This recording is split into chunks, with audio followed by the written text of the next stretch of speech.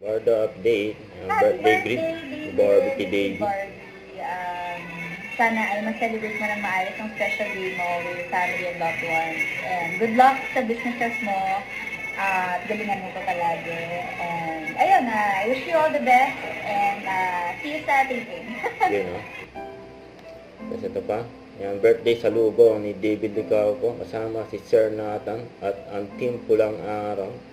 And happy birthday kay David. And 30 na si David.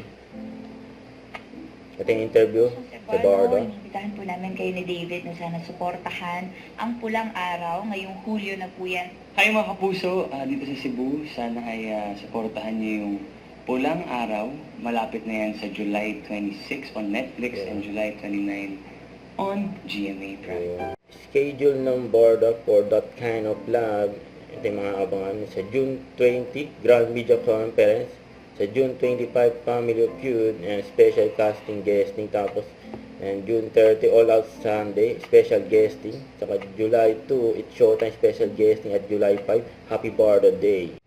Huwag kalimutan mag-subscribe, click on notification bell para na-update po on the reaction vlog. Bye guys, team for watching.